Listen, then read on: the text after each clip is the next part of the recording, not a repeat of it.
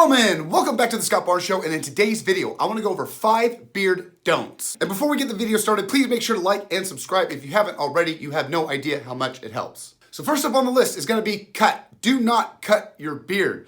I know this sounds kind of primitive, but there's going to be times where we're going to want to cut, trim, or we're going to shave off our beard, but please put down the razor, put down the clippers.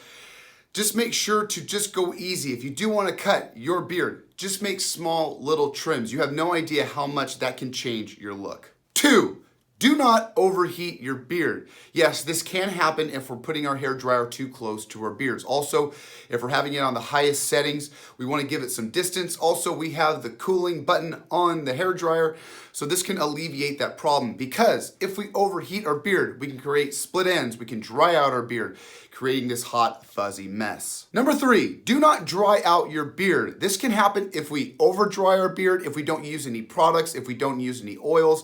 Our hairs can actually become bitter, it can become frail.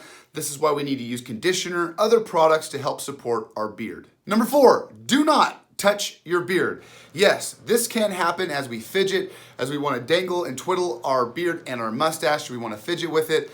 This can happen, and what it does is it messes up our beard and our look. We can actually pull out our beard hairs, it can actually tangle, it can actually twist.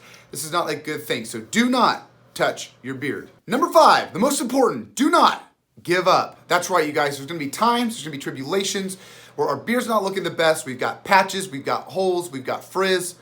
Don't give up on that beard. Give yourself an extra week, an extra month. That way we can achieve that ultimate goal of beard glory. So this is 5 basic rules to set a solid foundation of epic beard growth. If we can stick to this list, we're gonna have a great and glorious beard. Like always, you guys, like, subscribe, follow me on all that social media. Love you guys like always, and I'll see you on the flip side.